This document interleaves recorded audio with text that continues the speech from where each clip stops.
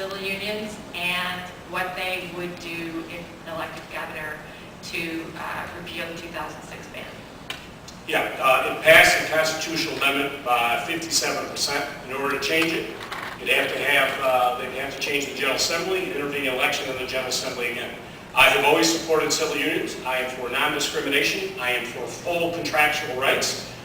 Gay marriage is not something that's going to change in Virginia. I've got to put my emphasis on what I can get done, and I can get done job creation. I've got a huge project of 130 pages of very specific details on what I want to do here in Virginia to go forward. So I want to focus on the positive. But I have a long history. I was chairman of the National Party, fought hard, full contractual rights. You ought to be able to make those decisions.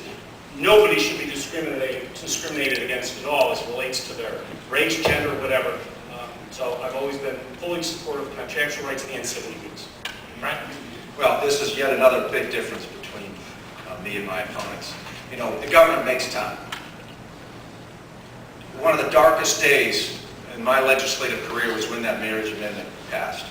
I did everything I could on the floor of the House of Delegates to defeat it. I campaigned against it, voted against it.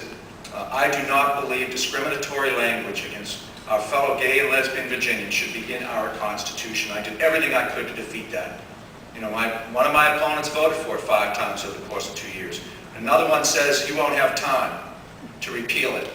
Well, as governor, I will find time. The governor has to do more than one thing. I will find time. I believe marriage is between one man and one woman. And Brian is correct. I voted to put that on the ballot in 2004, or 2005 and 2006. But of course in 2004 when there was a federal resolution, the resolution that Bob McDonnell introduced, Ken Cuccinelli introduced, Brian, you voted for it and voted against it.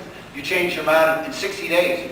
You voted both yes and no. So that's a game of gotcha we can both play, my friend. I voted 5 times over the course of 2 years. But I voted to put it on the ballot, Brian. I voted to put it on the ballot.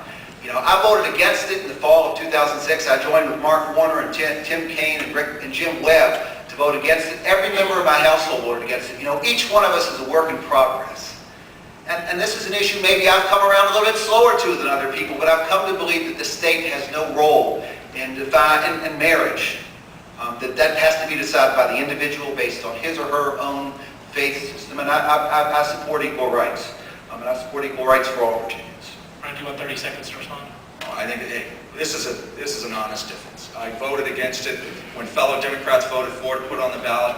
You know, that was allowing it to pass. We needed to defeat that right there, then and there in the legislature. We shouldn't have put that amendment out. The Constitution is there. It exists to protect the rights of minorities.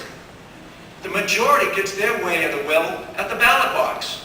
You know, when we're sworn in as a senator or a delegate or a governor, you swear to uphold the Constitution and protect it. That's what the Constitution is about. It's protecting the rights of the minority. You don't put discriminatory language in it that takes rights away from fellow Virginians.